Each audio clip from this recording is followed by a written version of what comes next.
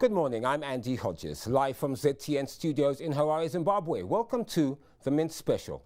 Our discussion, will new Forex regulations trigger rapid price increases? This broadcast is brought to you by Zim Papers TV network ZTN. Now, should you have any comments or views on this relevant topic on our show this morning, please contact us via our Facebook page, Zim Papers TV network, or via our Twitter handle @ZTN News. Last week, the government, via the Ministry of Finance and Economic Development and the Reserve Bank of Zimbabwe, issued SI 127 of 2021. Now, why did they do this? Well, to quote the Reserve Bank of Zimbabwe, and this is a quote, the purpose of the SI was to ensure that those obtaining foreign exchange from the auction system do not use parallel market rates. The use of parallel exchange rates of above 100, for example, on funds obtained from the auction at 85 Zimbabwe dollars to $1 is not good for the economy and consumers. It is these anomalies or arbitrage opportunities that the SI is designed to deal with. They further said the SI is not designed to harm business, but to provide a level playing field for business and to protect consumers. Now, words and phrases such as eliminating profiteering, arbitrage, use of parallel market rates, non-acceptance of our currency, the Zimbabwe dollar, and consumer protection are being used to justify the issuance of the statutory instrument. Now, to help unpack SI 127 and to ask and answer the question, will new Forex regulations trigger rapid price increases? We are joined in the studio by Denford Mutashu. He's President, Confederation of Zimbabwe Retailers, and Sekai Kuvarika. She's Chief Executive Officer at the Confederation of Zimbabwe Industries, CZI. And joining us telephonically, we welcome Eddie Cross. He is an economist. Ladies and gentlemen, welcome to the Mint Special. Thank you. Right. Eddie, let me start with you. By way of background, can you briefly explain to our viewers what was contained in SI 127 of 2021? And bearing in mind Zimbabwe's business and retail landscape, why did the authorities believe it was necessary? In fact, I'm asking you this. In your opinion, was the issuing of SI 127 a good or bad thing, Eddie? Well, I don't think it was totally necessary. You know, they have a saying, if it ain't broken, don't try and fix it. We were on the path towards some stability, both in inflation and in other areas. And I think that this SI, in fact, has had the effect of destabilizing the domestic economy. Having said that, the justification for it was really, as stated in the Reserve Bank statement, that they were concerned that people who were accessing the auction market and getting their foreign exchange at about 85 to 1 were subsequently pricing their products, the finished products they were selling, at 120, 115 to 1. And they felt that this was not justified. Some months ago, about 7 months ago, the Reserve Bank approached the major retailers and said to them, look, you know, you're getting your foreign exchange at the auction rate. Why don't you use the auction rate as the means of converting your prices in US dollars into RTGS? And they all agreed to do so. I think the only chain that did not agree at that stage was the SPAR Group. And so we've had 7 months of experience with the major retailers. And I saw the results of one major retailer the other day. It's a public company. And I was actually very impressed. Sales per square meter had risen, and it didn't seem to have any impact whatsoever on their bottom line.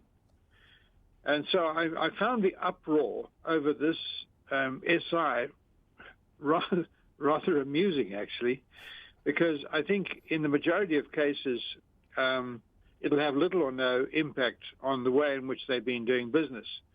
OK Bazaars reacted, in my view, hurriedly and without probably looking at the SI by stopping all sales in US dollars. Eddie, I will touch on that later, but just to jump in there, and I apologize for that, but the SI went a lot further, did it not? I mean, for example, it really tried to push the concept that we need to use the Zimbabwe dollar as a medium of exchange. It said that it would be a civil penalty if you didn't accept the Zimbabwe dollar at the official rate and you stopped really charging in US, or you gave customers the option. It talked about taxation issues whereby you had to make returns and open separate accounts if you're dealing in US dollars, etc. And so it wasn't just really about the exchange rate or the arbitrage opportunities in the auction system. It went a little bit further than that, did it not?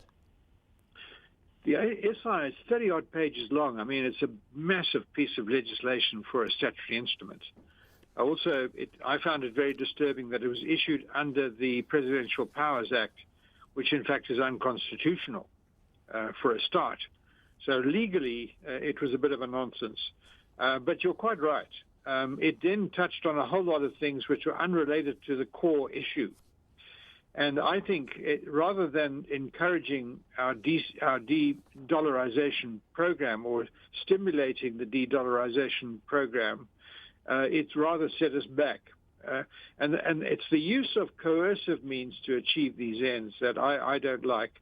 I think they would have been much better advised to use strengthening the market and allowing the market to determine values rather than trying to achieve the same goals using a blunt instrument like the SI. Right. So Kai, let me come to you. Let's look at the core issue that the Reserve Bank justified for issuing the SI 127. That, of course, was the rampant abuse of the auction system by importers. And as I said earlier, they state that you buy at the official rate of 85 to 1, and are either pricing goods and services at the parallel market rate, they call that arbitrage, or not even utilizing the funds obtained for the purposes they indicated. They also insinuate, as the Reserve Bank, that the financial institutions are willing participants in this scheme. Now, I assume that a lot of the importers on the auction system are large businesses, and possibly some of them are part of members of the CZI. So what is your comment about the SI trying to deal with that specific issue of arbitrage in the auction system? I think that, you know, the fact that you are hearing this from the RBZ stating that the way companies abusing the system and for the various reasons that they've actually stated specifically also shows you that they are the ones with the information, with the intimate details of, number one, who is abusing the system, of number two, the extent of the abuse and in what form it comes. And also they have the instruments to deal with those particular delinquent companies. So I cannot speak for the RBZ, and I cannot speak for delinquent businesses as well. But what I can tell you is that people accessing the auction are both large corporates and small companies as well. You must remember there is the SME auction. I will speak to the issue of arbitrage and say that I think the issue that is mentioned as arbitrage it happens because there's an arbitrage window that maybe policy efficacy or policy implementation has then created or allowed to widen.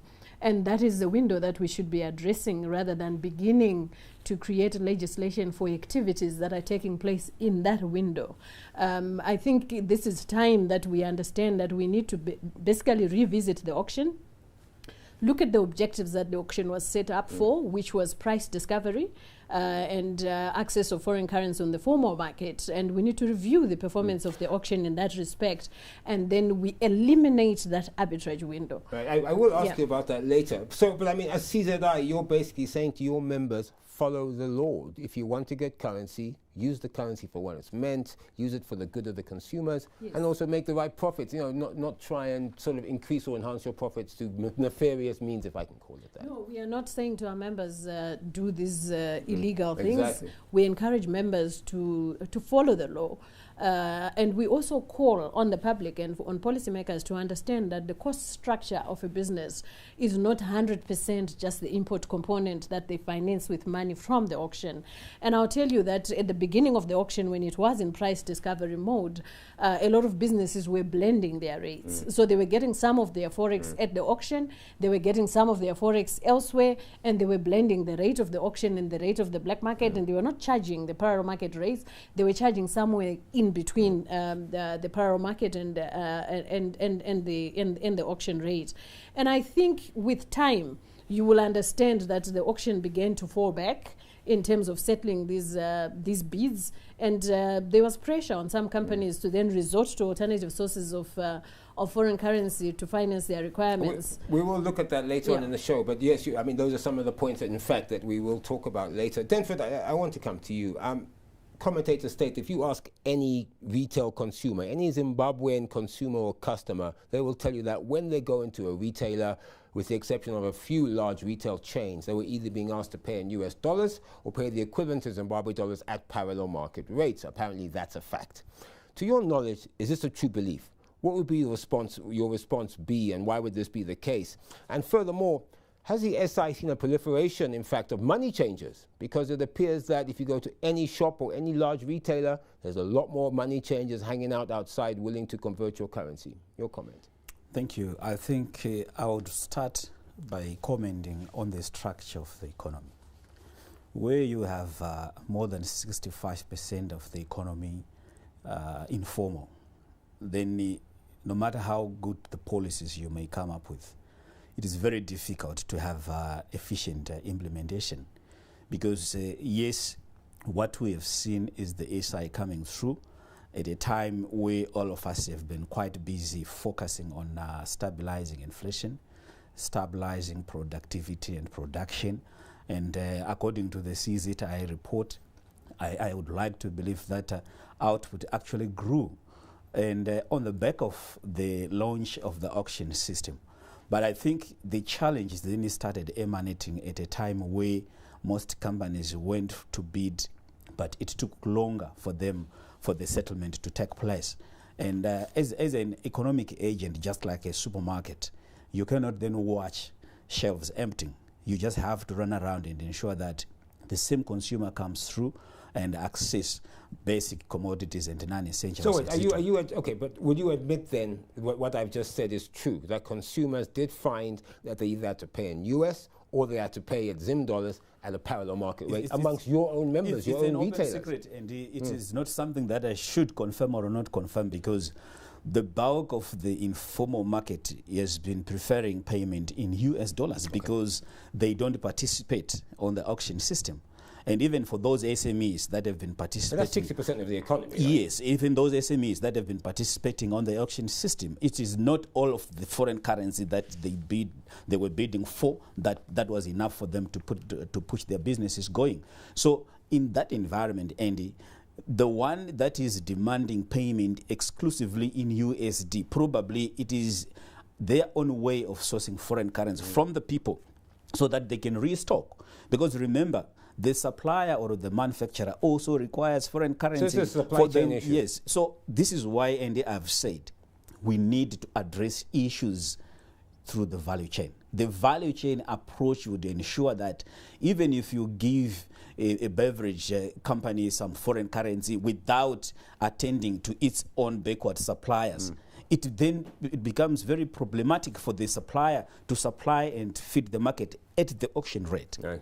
So the auction rate is very noble, and what we have... It's been highly successful. Yes, it has been successful. And even the rate at which the parallel market was now moving, it slowed down.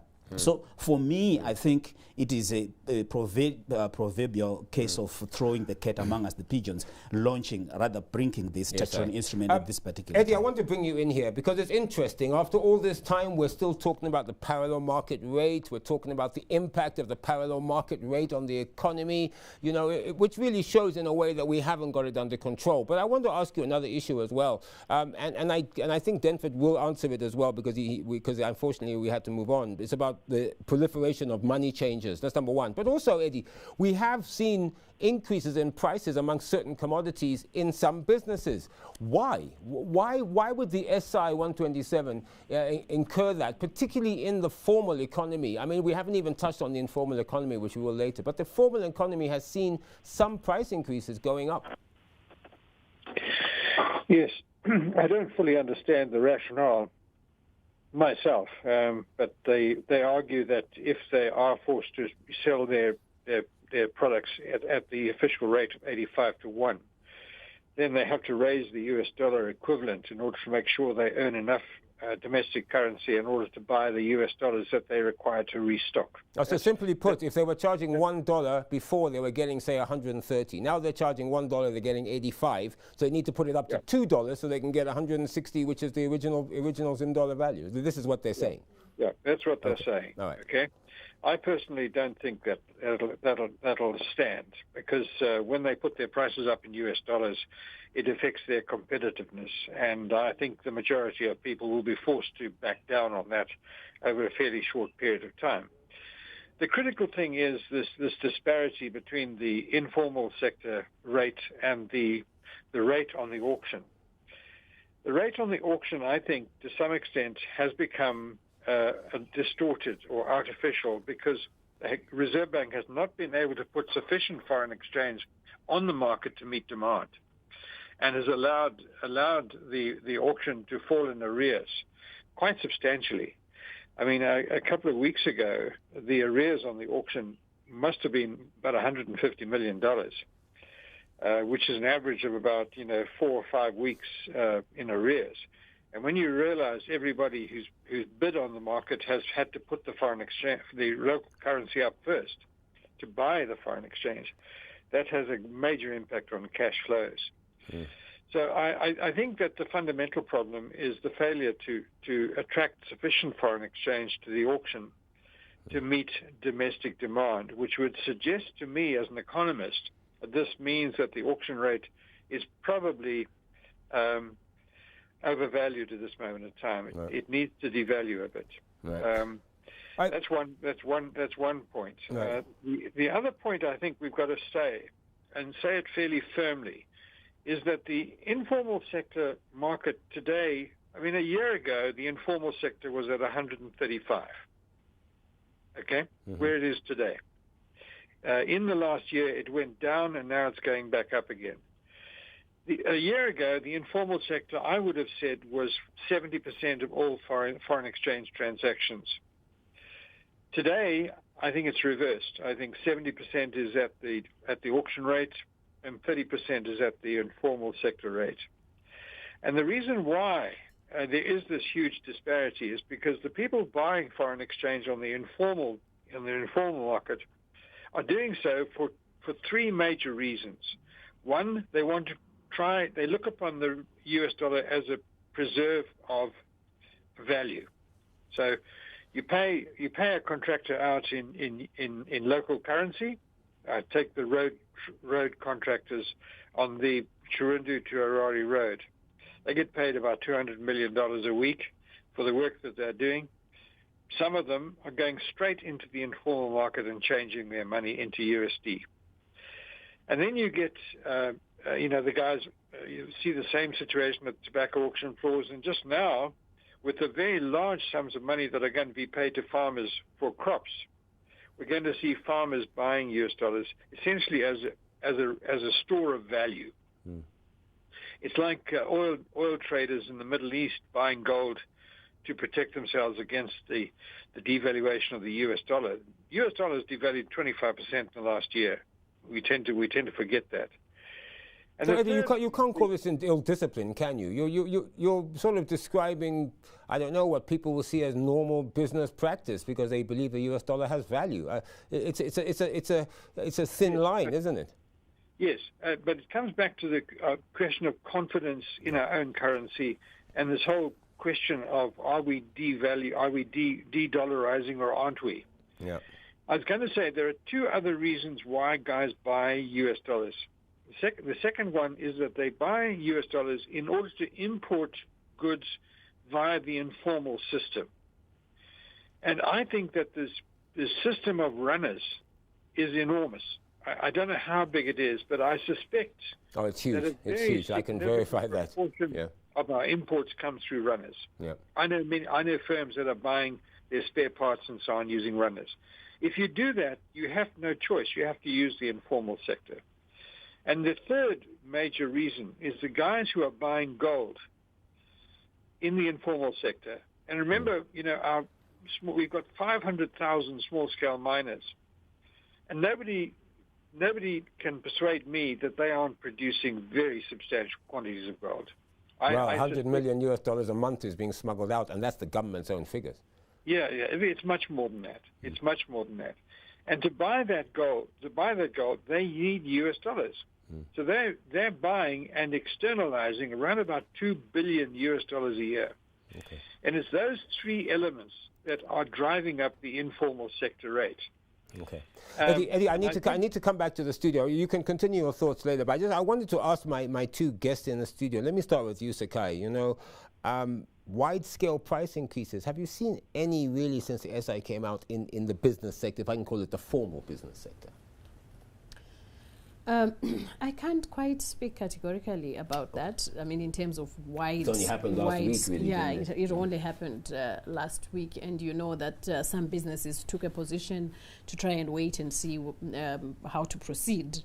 Others didn't change their prices, but like, okay, you've mentioned that they stopped trading in US dollars, trying to figure out how to again move. So I can't quite say that there's been a widespread increases in prices. I have heard of instances of price increases in US dollars. Of course, the argument being that you want to be able to price in US dollars at a price that enables you to comply with the requirements of the...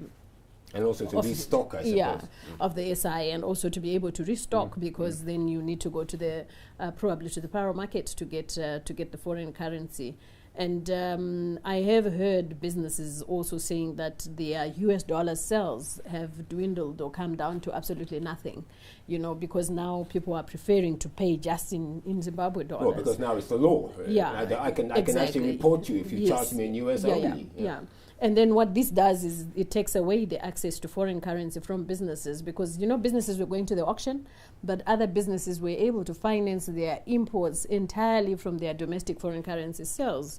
So some of them started coming to the auction. After a while, they stopped coming to the auction because they could finance their own imports with their domestic foreign currency sales. And some businesses have already lost that in the past couple of days. So this SI 127 opens up a whole can of worms, really. Yeah. If it isn't just looking at one issue, which is obviously trying to contain the auction system and stop the arbitrage. It has a whole ripple effect. You mentioned this earlier, Denford, about supply chain. Because let me ask you the same question. Why, because of SI 127, would your members, your retailers, whether they be formal or informal sector, why would they increase prices? In the majority of the formal businesses, prices have not gone up.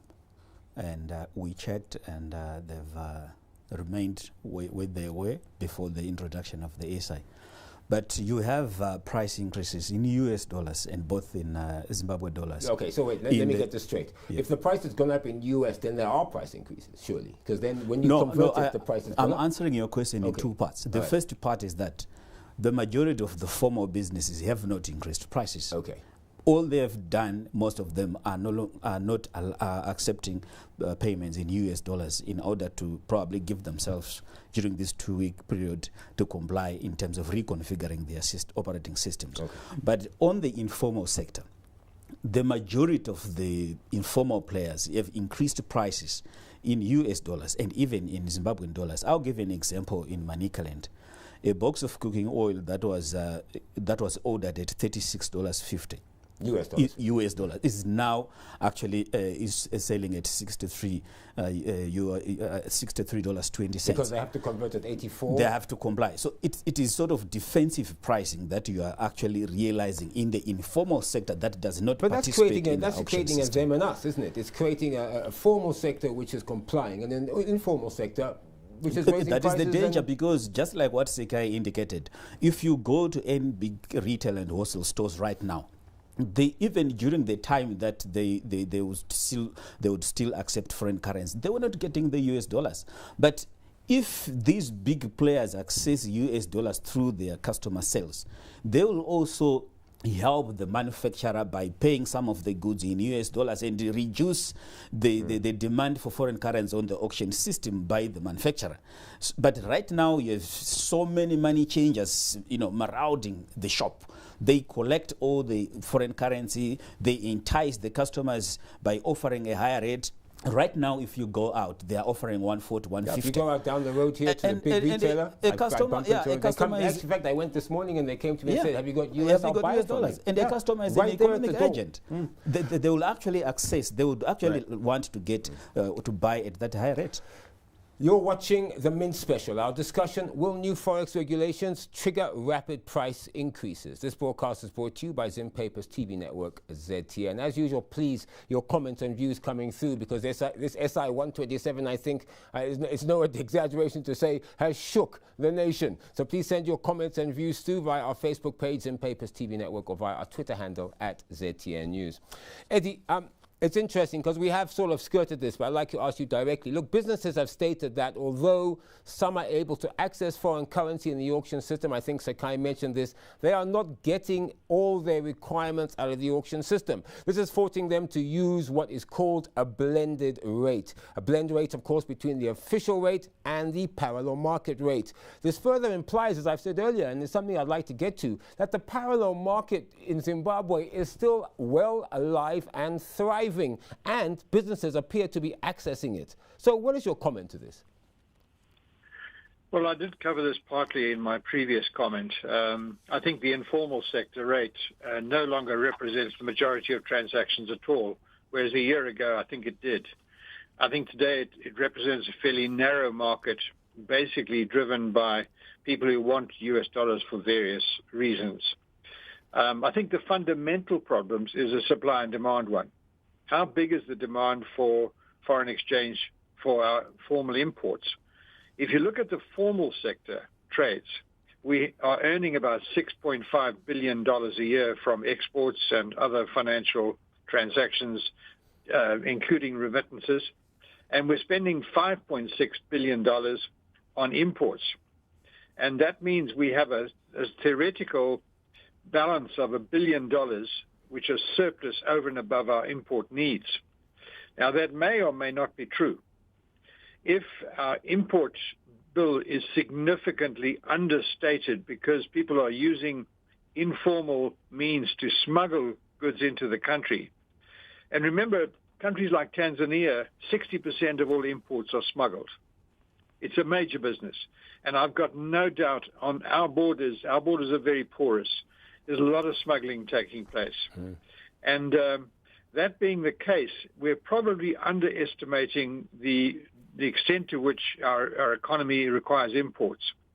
The other thing I think that's happening right now is a year ago our economy was shrinking. Now our economy is growing, and is growing quite rapidly. And it means that in a growing economy, the demand for imports will have to be met. So I think we have a supply and demand issue. Right. And I think if we can get the gold industry reformed, and I'm pleased to tell people that the president has, in fact, authorized a significant change in the gold market, which is taking place at the moment.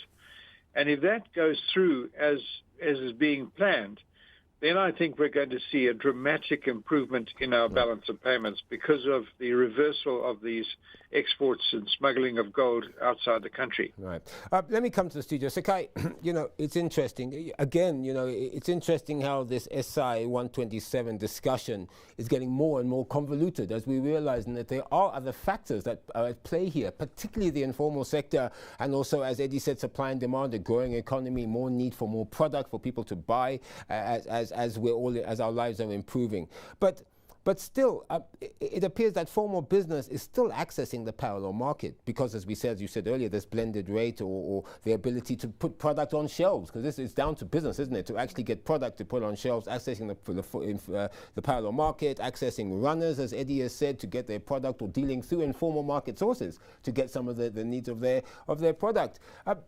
This is quite an issue. How do we solve that? Because it's a conundrum, and I think we've been battling with this for quite a while now. I think to understand where we are, we have to understand where we came from, and I'll take us back to the one-to-one, and the reason we moved to the auction was not because there was indiscipline. It was out of a recognition that the pricing was off for the foreign currency in our economy, and we needed a system that would help us to discover the true price of foreign currency in the market. That's why we went there. So I think at this point what we should be doing is reviewing that mechanism that we used to try and solve the problem that we had at the one-to-one. Otherwise, we will be chasing our tails in this window, like I said. Yeah, we're reacting. We will be reacting to, we will have this problem today. We will issue different other instruments where we say, and then we will talk, we will talk about retentions, we'll talk about surrender. We want to be able to have a unified exchange rate that works for everyone in the economy. And I think that's where we are coming from, is that one-to-one. And then we said, let's have the auction system as a price discovery mechanism. And I think what we are seeing now is the faltering of the auction system as a price discovery mechanism, but not necessarily the auction system itself, but the supply and demand, as Eddie has just alluded to. So we need to address that dynamic about the auction, the supply and demand situation there, because if you look at up to about August last year is when the auction was discovering price, you actually had a graph where the allotted bids were less than the submitted bids, and then there's a time when it just went flat. All bids were allotted, which implies that you had exactly the amount of foreign currency to meet the demand that was at the auction. But clearly that was not the case, as now revealed by the backlog that was experienced. So in my view, what do we need to do in order to correct that and redirect the auction to a price discovery mechanism and allow? I would also say that that there's a constraint in supply, because the supply is limited to only forex receipts and probably the local receipts that are surrendered at 20%. And in my view, I think the government, central government, also has to remit 20% of its own local forex receipts to the auction. To keep because that helps with probably a correct supply situation. Because if you are looking at the auction, maybe they are looking at the total supply of forex, but that total supply of forex is probably not available to the auction. And then you're trying to say, the rate moving, the rates moving higher than what it is probably not correct, because they are looking at the amount of forex, but forex is not available at the auction. You did mention the exchange rate, and I think to all of my guests here, I did get a comment the other day from an economist, a friend of mine in London. He says yours is the most stable currency in the world. It's stuck at 84 for about a year, which doesn't make a lot of sense if you think about it. But anyway, Denford, I want to come to a one topic which I think the SI did cover, and this is the issue of what, let me term it, tax evasion. Okay. And I say this because, and I want to use an example and something that struck me. One of the largest retailers in the country, and of course I won't mention who they are, they did send a circular out saying that they will no longer accept US dollars at their tills. They implied to their customers that if they wanted to change currency, go to their bureaus to change the currency, and I quote, as the bureaus are offering a better rate than at the tills, which of course was interesting. So two things to me arose from that memo. Firstly, it implied that the retailer had been accepting US dollars, okay, previously, and now they're saying they can't because their tills are not compliant. Okay, so therefore the question was, what happened to those US dollars when they accepted them? And also, of course, how can a bureau rate, which is just around the corner, their own bureau, be better than what they are charging at the tills? That also doesn't make sense. You'd think that at least the rate would be hopefully the same. So this issue of I know you can't speak on behalf of individual retailers, of course, because that's their business, but is this common? You think this is a common practice where people are getting paid in US, they're not receipting it, they're not declaring it, they're not opening up FCA accounts in US dollars? Is this common amongst your space? I don't know who has been declaring or not declaring, because that information is only available with ZIMRA. But suffice to say, as the Confederation of Zimbabwe Retailers, we encourage business to pay their taxes and to comply with the laws of the country. And I also understand and appreciate that the dynamics of retail and wholesale right now, the bigger players sometimes would wish to compete with the informal sector by attracting US dollar sales so that they can also compete at price level at the manufacturer. because sometimes the price that the manufacturer would offer in US dollars has actually been lower than that which is offered in RTGS.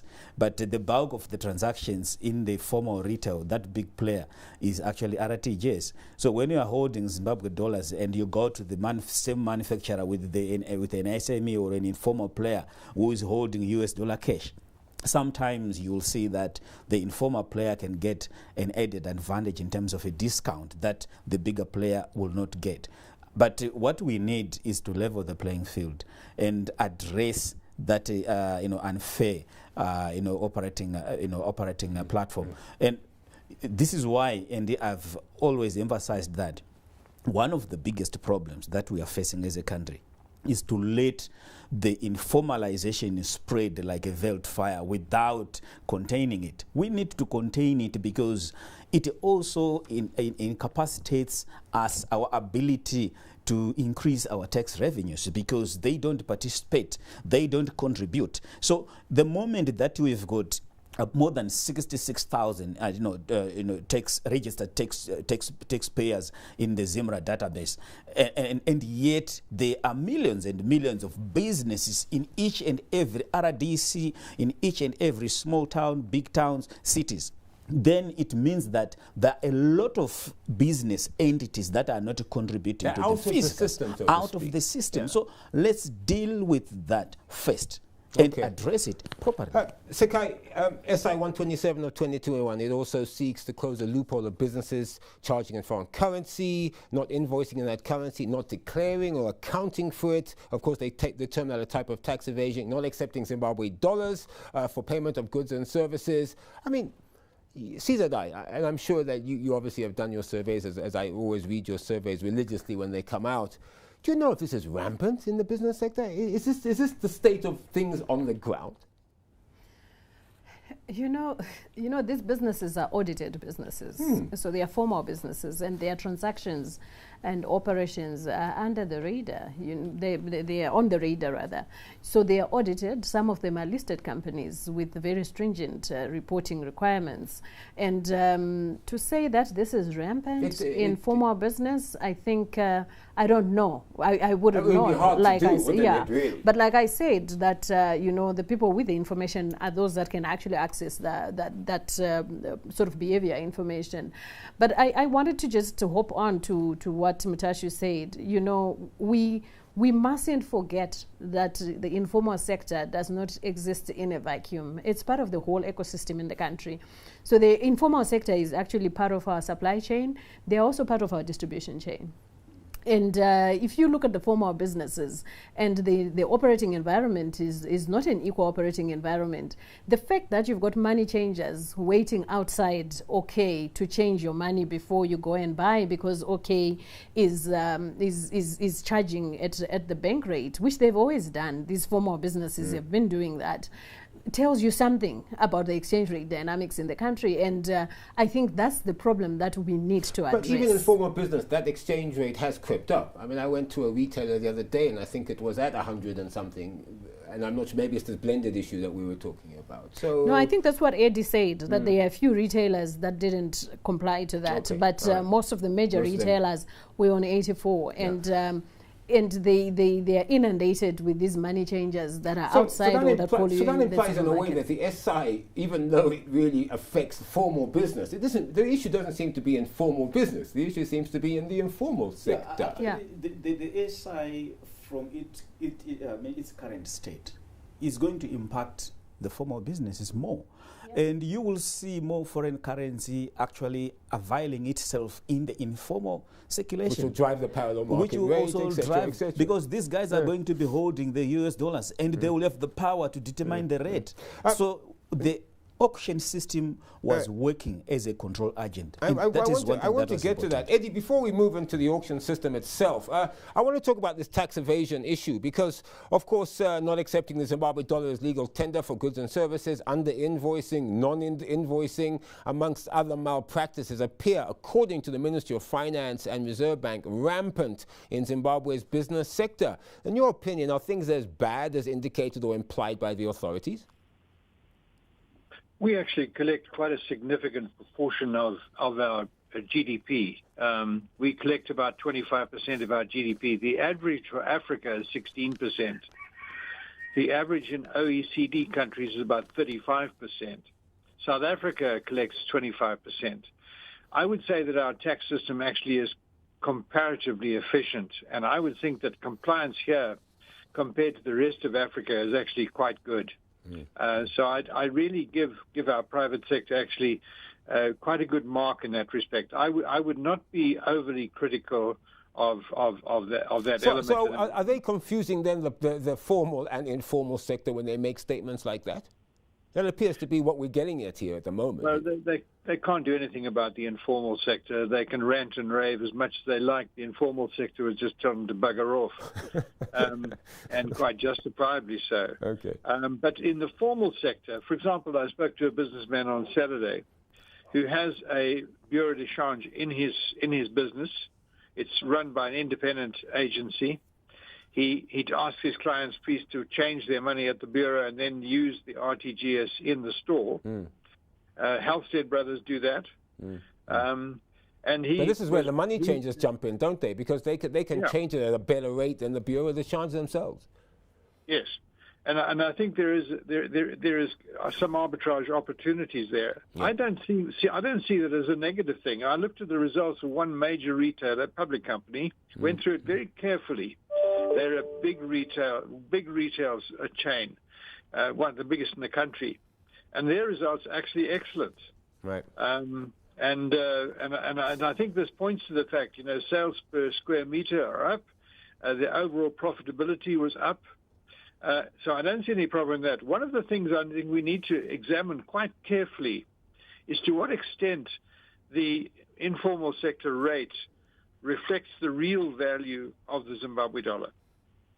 I personally, if you look at the results for the export companies, where they are being forced by our system to convert part of their export earnings, 40%, at the auction rate, and yet they're reporting record profits. But Eddie, this is the debate, and I'd like to just jump in there. This is the debate. The question, of course, is the 84, 85 to 1, which is the official rate, is it really the real price? Because there's a lot of debate around the fact that it isn't. And in fact, importers are pushing that are driving the exchange rate rather than exporters, for example. And also, we talk about the auction system and that it's kind of broken. Even though it is working and keeping stability, it can be improved. Your comment?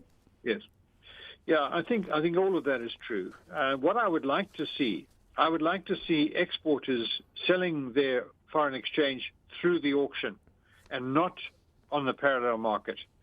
Now, I think only one exporter has done that recently, and it's one of the major mining companies. They put 15 million on the auction the other day, but didn't ask for a rate. They said they're quite happy with the auction rate. I was really blown away by that. But I think the fundamental. I don't think that the auction rate is very far from an undervalued exchange rate. So, like the yen, I mean, the Japanese government buys US dollars in when the yen goes to less than 110 to 1. But you've stated, though, that you think we should devalue, though. You stated that you think that the rate is too low and it should devalue slightly. I mean, you said that earlier. If we're going to achieve a supply and demand balance, I think we probably have to devalue the dollar slightly. All right. Okay, let me come into the studio, if you don't mind, Eddie. Sakai, let's talk about this Dutch auction system. I think you touched on it earlier, and I said that we will discuss it now. It has been in some ways successful. The rate technically has stabilized, as I said to Eddie there. The exchange rate is apparently being held artificially low. That's what some critics and commentators say. Importers are driving the price rather than exporters, and it takes up to, I think, Eddie, you mentioned this, up to 8 weeks or more to satisfy bids won on the auction system. And of course, on top of that, there's not enough currency to satisfy all the needs of the importers. So putting all of that into one basket, in your opinion and LMCZI, what do you think in the auction system needs to be fixed, so to speak? I think it's the fundamentals, supply and demand. That's what needs to be fixed at the auction. But when I speak about supply, I think there are a few issues that I would like to mention. One of them is that, at the beginning of the auction, there was a call for exporters to bring their money to the auction and name their price. And I think that was part of the failings of probably the price discovery period in the auction. It looks like exporters were not sure, and they kind of hesitated to come to the auction and be the price makers, really, as it were. And then eventually people say it's the importers, it's a buyer's market. But the sellers were requested to come to the auction, name their price of their money. If their bids at that rate, their money goes to those bidders. I think there were probably a couple of NGOs brought money and probably one or two exporters, but they didn't come. So for me, I think, if the market also has to participate, if the auction has to wake the holders of foreign currency. Supply and demand economy, supply is king, is it not? So exactly, if I have the currency, exactly. I should be but able the supply to bid was my price or the not supply sell. was staying away. Right. And then I also think that when we are saying that the pool of the forex that is going to the auction is 20% of local domestic sales, domestic sales in foreign currency. The same should apply to the revenue that is collected by Zimra and by any other local agency collecting fees and licenses. Okay. That 20% of that money should also come to the auction. Right. So I think the supply and demand situation, the auction has to be a real-time auction. It should be able to settle. I remember that in the very beginning, what the governor said was a couple of days, wasn't it? The auction will be judged on its ability to settle. So I think we need to go back to that a bit. Yes, we need to go back to that. We are running out of time, and of course there's so much to unpack. I think Eddie said it, there's 30-odd pages of the SI 127, so we can't cover all the issues. But Denford, I want to quote you. CZR unfortunately observes a wave of price increase on the market from basic commodities to non-essential products as interpretation of the policy was left for the open market. Denford, your members have been accused of profiteering. I think this is a go-to slogan when people see prices going up. They say that retailers are profiteering. They shouldn't charge that. So, of course, the first question, of course, is, are they profiteering? And unfortunately, I can't give you a lot of time. And also, in your opinion, was there a better way this SI 127 could have been implemented outside of issuing an SI? Profiteering, I don't think so. It is the exchange rate. It is the issue of the utility charges, the shop license fees that have been going up, the price of fuel, the lack of Arbitrage fuel on the market. Right? And so the costs have been driving the business, the business costs. So yes, no profiteering. There is no profiteering. Better way of handling it. And we are also dependent more on our suppliers. Okay. The more you get at a fair price, the better. So was there a better way of handling it? Yes, there was a better way of handling it, because we forgot that we have got stability on pricing, inflation, availability of basic commodities on shelves. Probably we forgot also that the auction system was acting as a controlling agent vis-a-vis the parallel market, because so far the rate at which the parallel market was moving, it slowed. So even slipping it through, shipping it through the market and remain quiet, nobody came through to unpack it and left it to be interpreted by the social media, exactly which is even more dangerous, because the narrative then that was shaped is not the narrative problem that was always expected. Eddie, I can only give you a few seconds here, but Eddie, I mean, in your opinion, do you think that the SI will either be withdrawn, it will be amended, it will be re-looked at? What is the way forward? Because it appears that apart from a lot of confusion, apart from the fact that it hasn't bridged the gap between the formal and informal markets, which is still leaving a huge section of our economy out of the loop, so to speak, in terms of leveling the playing field, it doesn't really achieve its objective, or that's what critics and commentators are saying. Eddie? Yeah, I spoke to a very senior civil servant yesterday, and he said to me the noise over this SI has been deafening in his office, and he said that the difference between this administration and the previous one is that we're prepared to recognize mistakes and to correct them when we make them. And I think that the government is going to review this SI. I think that we needn't be too worried about it. I think it won't die a natural death, but it's going to be amended. Because some of the things in it, I mean, Eddie, some of the things in it are okay. I mean, those of us earning Zimbabwe dollars would like to go into a shop and pay in Zimbabwe dollars. Those who are getting money in US dollars, they should at least pay the tax man and so on. We should try and bring in the informal sector more into the economy and get them more into the economic growth of the country. So I understand the vision behind it, but it appears, as Denford has said, it's been left to the market to interpret and manage it themselves, and I think that's where the bit of confusion is coming in. That's right. That's right. I mean, for me, I earn my income entirely in RTGS dollars, and frankly, I shop where people will offer me a decent rate for the goods on the shelf in local currency. Right. And that's the majority of us, to be frank. Yeah. Yeah. Anyway, Eddie, I think I have to cut it there, unfortunately. As I said, we could continue all afternoon on this debate, and I'm sure there will be future programming here at ZTN discussing exactly the SI 127, as well as bringing in the informal sector into the economy. We have come to the end of our program this morning. You've been watching the Mint Special, our discussion, will new Forex regulations trigger rapid price increases? This broadcast was brought to you by Zimpapers TV Network ZTN. I'd like to thank our guests today, Denford Mutashu, President, Confederation of Zimbabwe Retailers, Eddie Cross, an economist, and Sekai Kubarika, Chief Executive Officer at the Confederation of Zimbabwe Industries, CZI. Ladies and gentlemen, thank you so much for appearing on the Mint Special. Thank you, Andy. Well, that's it for me this morning. I hope you enjoyed the discussion, so please keep your comments coming through on our Facebook page, Zimpapers TV Network, or via our Twitter handle at ZTN News. I'll be interested to read them later. Well, that's it from me. I'm Andy Hodges. Goodbye, and please, you all be safe.